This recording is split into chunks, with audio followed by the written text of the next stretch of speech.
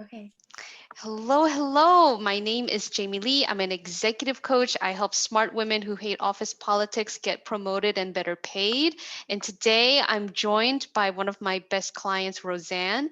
And I really wanted to share Roseanne's story because not only is she working on the front lines of this pandemic, she has stayed focused on her career goals. She got promoted while managing the overwhelm of working through the pandemic. And so I want to open the floor. Roseanne, would you give us a quick introduction, quick hello? Tell us, what you do and where you are. Sure. So I'm Roseanne, and I started with a company, a biotech startup, in response to this pandemic.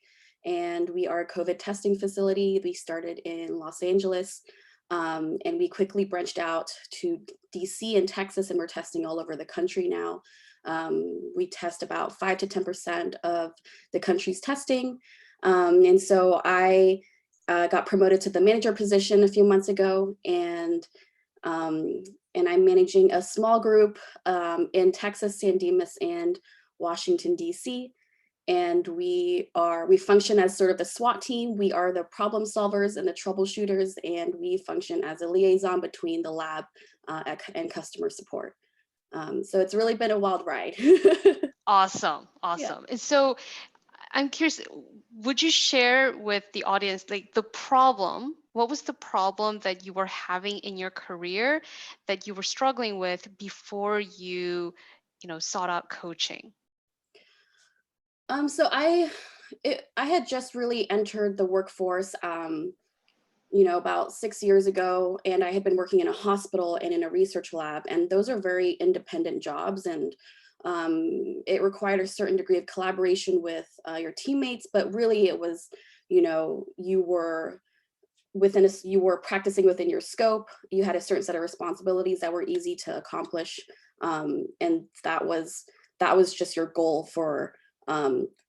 That was just like what was expected of you. And so this was the first time I was entering something that was rapidly growing. The company had now has 6,000 employees since March, and so a lot of it really dependent on creativity and ingenuity, and speaking up for yourself and being confident. And a lot of it was navigating office politics and really trying to navigate different kinds of people because the company was growing so quickly. Hiring was happened very quickly, more so than a typical company post pre-pandemic. Mhm. So just learning how to navigate that was really challenging for me. Yeah, and I recall that you specifically wanted to be able to maneuver with tact. Yes. Yeah, and you shared with me that you're an introvert, and so you Mm. wanted to be able to develop self-confidence to speak up for yourself and take credit for what you wanted, even when you are an introvert. So before coaching, what was that like for you? What was it like to try to solve this problem on your own? It was incredibly frustrating because I felt like I was completely responsible for other people's actions, and um and just knowing that I don't have to control everything. I'm so used to having everything perfectly lined up and have everything controlled. um but I'm also not outspoken about it too. And so that kind of was a detriment to me as well, because I really needed to be honest with my own feelings and come to terms with, my own insecurities, and not necessarily failures, but just little things that I wanted to make sure that I faced, that I could iron out as I began this new journey. So it was incredibly frustrating to do this on my own. And I kept thinking that, it was her fault that this was happening to me, or it was somebody else's fault, or I should be able to control what the other person is feeling. They shouldn't be acting out in a certain way. That's my fault, and I should take it upon myself. So that was very stressful, and it's not healthy to think like that at all. So that's why I approached Jamie, because I thought that I could definitely learn from someone else who has a lot more experience in the work field, and just being able to do that and to show up for myself um, Yeah. was just a huge investment that I could just absolutely amazing that I'm so proud of myself for doing that. So Yay. And also, I just want to note that it's so normal. It's like so commonplace for working women to to blame themselves, to be like, oh my gosh, if someone's not happy, if somebody else is not doing their job, somehow it's my fault. exactly, exactly, Yeah, and I think, you're not the only one. And it's something that get like socialized, something that we get taught as very young girls, that we're somehow responsible for other people's feelings, which we are not. exactly, Yeah. exactly. And it took me. I'm glad I'm realizing this right now as someone who's, I'm in my late 20s. And, it's been difficult. It's been really difficult to learn how to navigate this, but having all the tools that I have now, I'm Mm. still learning. I mean, I'm never going to stop learning, but I feel so much more prepared in dealing with um, any issues that really come along. And since our last meeting, there have been issues that have arisen, and Mm. I felt really confident. I mean, things will not get resolved in the way that I always want to, but I felt confident and happy in the way that I was able to respond, given what I've learned from you. So Love it. yeah, So even after our coaching journey wrapped up, you're able to use the tools. So like yeah. share with share with us, like, what was different about the coaching journey that you went through with me? Like, how was it different as a solution to the problems you were facing? So it was, um, if I didn't go through coaching, I don't know if I would have been able to, I don't think I would have been promoted, honestly, just because I didn't give myself the credit that I deserved in my work. So going through this coaching and finding this a solution has been immensely, immensely helpful, just because I have to look at myself and look at my achievements and look and give credit for what I've done. Mm. And I think before that, before coaching, I hadn't really looked at what I brought to the table, and I was very quiet about it. I'm an introvert, and so just coming to terms with that has been a life-changing experience for me, for my own personal work, and also my my my my development in the career as well. So Yeah. So some people might be like, wait, you just give yourself credit and that's it, you get promoted? So tell us a little bit more about that journey for you. So when you learn to give yourself credit, right? To yeah.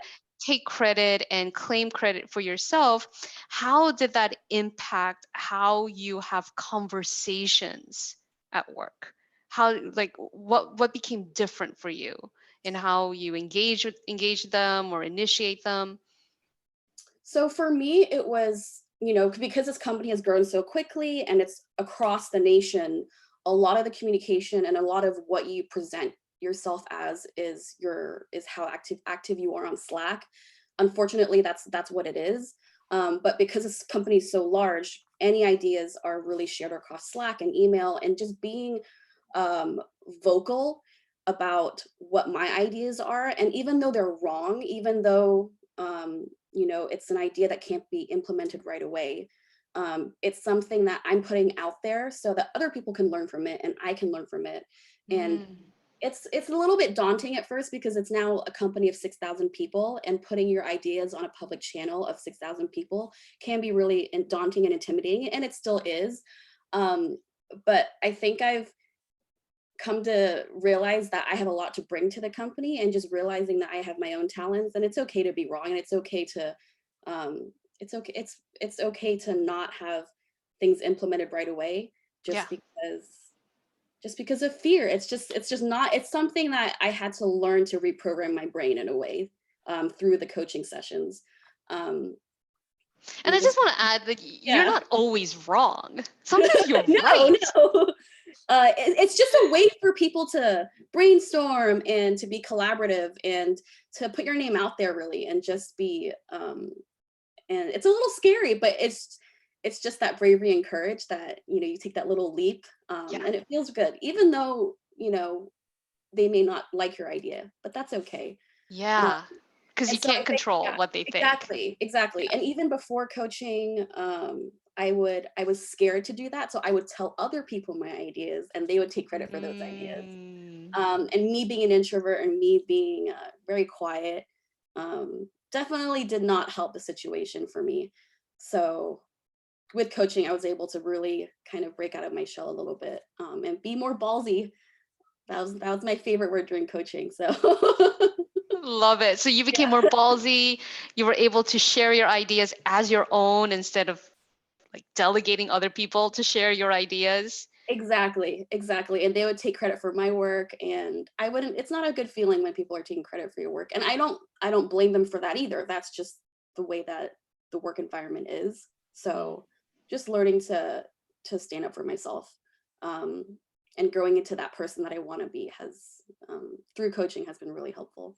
Yeah, Yeah. this is really amazing. And would you share with the audience like how you got promoted? Like what was that journey like for you? Because there are women out there Mm, watching, listening to this, and they're like, how do I get promoted? How did she do?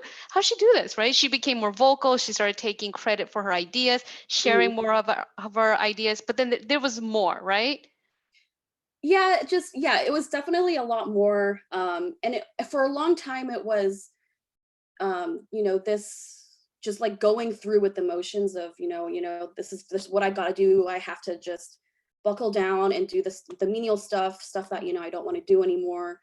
Um, and then talking to my boss a lot and sharing those ideas with her, and just communicating with her more often and showing that I care and I'm present. Um, and also, even though I'm not a leader, I wasn't a leader at the time, I still had those leadership qualities I wanted to bring to the team. Um, and I think that's what my boss had noticed. Like, even though you don't have that official title, you still try. I still try to be a good leader for my team. And because I was the one of the veterans of the team. A lot of them looked up to me. A lot of them still asked me questions. So when I became that manager, when I became that leader, it really wasn't that much different than what it was before, because my team looked up to me before, Mm. and my manager saw that. So when I was officially given that role, it was a really smooth transition. Like it And was a continuation of you showing up as a leader. exactly, Yeah. exactly. And you also went for the promotion. Yes. You asked for it. You asked for it multiple times. I did. And I also interviewed, outside of the department as well. And Yeah. she approved it, and she was very supportive of that. So she knew that I was trying to look for more responsibility, more leadership responsibility in particular. And because she knew that, I was looking for more, I also wanted to show up for myself and say I can do more. Hmm. um, and so it really was then a smooth transition for me when I officially got that title and I got that pay raise. So um, Amazing. Which you so also asked for. yes, I did. I Yes. You did. asked for I the did. promotion, you asked for the pay raise, and you got it. It took Yes. some no's, but you were willing, you were ballsy, you were courageous Right. to keep going, even Right. when you had some no's in the beginning. Yes. And I mean, I had applied for other leadership roles in the company and I was also turned down, but that was fine. And I had a supportive boss that, wanted to, she talked to me about it, and she also, mentored me a little bit too about, interview questions and, those little things here and there. So yeah, just even though you're not a leader, I think my number one recommendation is, even though you don't have that official leadership title, Hmm. it means a lot even when you practice being a leader, just because people will notice it, uh, Yes. before you get to that leadership role. And Yes. that's huge. So Yeah. And so in this journey, when was the moment you realized coaching was working for you? it was one of the sessions when we were trying to describe the color and shape of our feelings. Okay. And it was, realizing that you can't control everything and you can't control the people who are acting around you. And going Mm. back to this idea that, you know, I can fix everything and it's my fault if it's not going the way that I want it to go. Mhm. And also trying to face the pandemic. Like that's the mission of this company, is to face a pandemic, get the numbers down. But everyone is a go-getter in this company. It's growing so quickly. And so just being able to validate what I'm doing and giving myself credit for what I'm doing, and and just coming to terms with, you know what, that's enough. Like that's more than enough. Like I'm giving everything I can to this pandemic, Yeah. and I care about my job so much. So just coming to terms with, I've given all that I can, Yeah. and I'm still learning and I'm still doing the most that I can. Um, and so when a few things might slip through the cracks, things that you can't control, and that's okay. Yeah. It's like not healthy to, for me, it wasn't healthy to just uh, to continue um, like thinking about things that I couldn't handle, and it just wasn't healthy. So let's just bring it down um, to to a way people can understand, because they were like, what, shapes and colors of your emotions, and Oh that yeah. helped you, that was the moment, what does that mean? So what Roseanne is talking about is how you access like feeling what you feel Mhm. instead of trying to control other people and circumstances outside of you in order to feel more successful, in order to feel more safe, in order to feel more certain or, confident. Because Right. this is the default way that we've been taught to operate in the world, like control other things outside of you, and then you'll feel better, and then you'll feel happy and confident. But instead, what we did in the coaching session was like, no, let's observe what is here now, what emotion you do feel, Mhm. and then let's gain agency and authority over it by being able to sit with it and describe it. Exactly. And it was Yeah. coming to this realization, like coming face to face with the feeling of it's okay to be, it's okay to let go sometimes. Yes. Um, and it's also, for me, it was a fearful moment for me to let go as well, because it's something that I'm not Mm, used to. I'm always used to holding on, making sure things are peachy and perfect the way that they're supposed to be. mm, Um, and it's just not, it was not healthy for me to think that way. So mm. but that also really helped me with my professional life, also my personal life as well, because I'm very much like that, and I was like that in my personal life as well. um, Yeah. so And you're just not the only one. We all try to do this. We all try to control people in our work lives, in our personal lives, so that we can feel a different way. And then we're like, why isn't it working? And then we get even more yeah. frustrated and then burnt out. Yes, yes, Yeah. definitely. I was definitely getting burnt out. And I really, you know, one of our sessions was really just about, you know, my personal health and my mental Hmm. health, and trying to balance the two, because being manager and being in that leadership position is, you know, more responsibility. And so just learning to balance that, and giving myself all of it really is just trying to give myself a lot of credit for what I've done. Yeah. um, and I think a lot of it came with imposter syndrome as well, just because Mm, everyone in the company, a lot of people in the company are very smart, and young, and um, I felt maybe I wasn't good enough. However, my boss saw that I was working really hard, and I was trying to be a leader even though I didn't have that title. So just a lot of things happened very quickly in this company, and the tools that I got from coaching really just aligned my views and just kind of cleaned everything up a little bit for me so that I could think more clearly about myself. And so I felt like I was really well equipped to handle a lot of the issues that handled after our coaching, um, our last session. So wonderful. And it's, so, yeah. how is your career and life different now that you have these tools? I will say it's, of course, it's a little bit more chaotic because with the new role, there are more responsibilities that come with it. Um, but I'm also not as bothered I'm not as bothered as I used to be about people in the company who, you know, may not have your best interest at heart, or, you know, don't see your mission for what you want to do with your team. They may not have the same views as you. They may disagree with you. They may even be rude to you.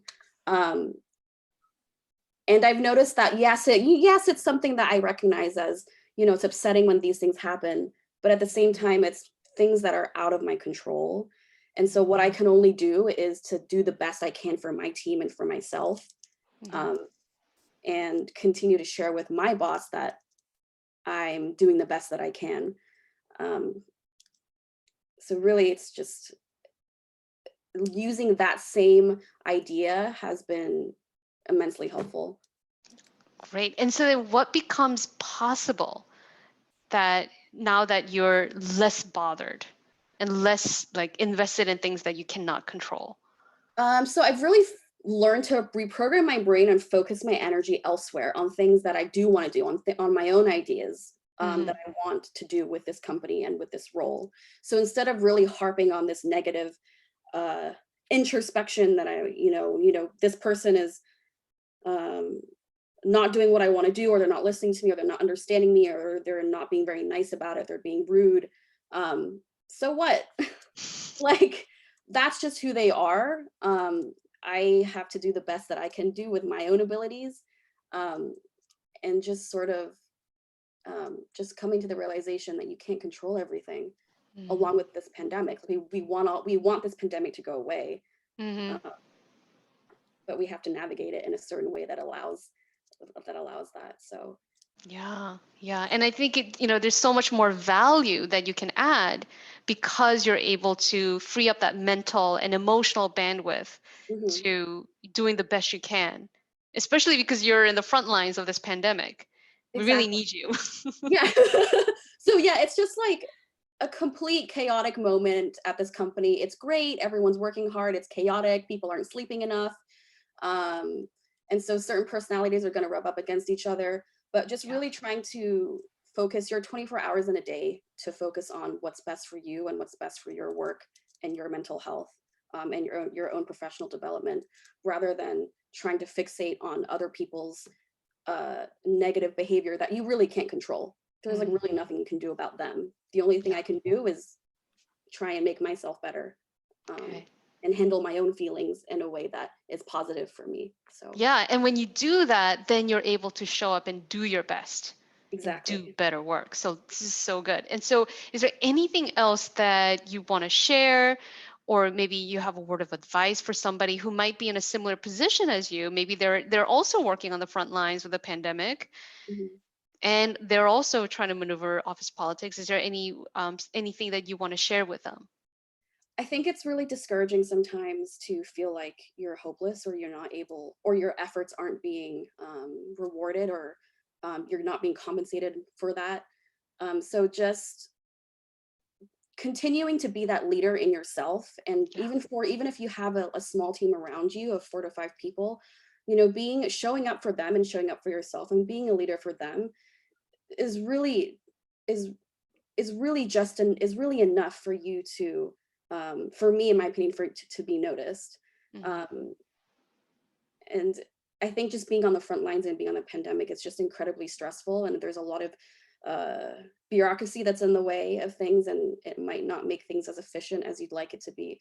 um, but showing up for the patients and showing up for your team is the most rewarding thing that I've had from this pandemic and from this company. So it's been truly rewarding.